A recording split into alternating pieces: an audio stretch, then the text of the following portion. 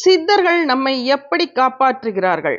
நம்ம வாழ்க்கையில சில நேரங்களில் பெரிய ஆபத்து வரப்போகும் நேரத்தில் அது தப்பி விடுகிறது. சில தவறான முடிவுகளை எடுக்கும்போது யாரோ உள்ளிருந்து தடுக்கிற மாதிரி ஒரு உணர்வு வரும். சிலர் சொல்வார்கள் அது சித்தர்கள் காப்பாற்றும் தருணம் என்று. அவர்கள் நேராக வந்து காப்பாற்ற மாட்டார்கள். ஆனால் தவறான இடத்துக்கு போகாமல் சூழ்நிலையை மாற்றிவிடுவார்கள்.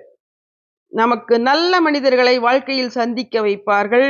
ஒரு தவறான முடிவை எடுக்கப் போகும்போது மனசில் தயக்கம் ஏற்படுத்துவார்கள். கஷ்ட நேரத்தில் இது கூட கடந்து போகும் என்ற நம்பிக்கையை உள்ளே தருவார்கள். பல நேரங்களில் நமக்கே புரியாமல் ஒரு தெரியாத சக்தி நம்மை வழிநடத்தி காப்பாற்றிக் கொண்டே இருக்கும்.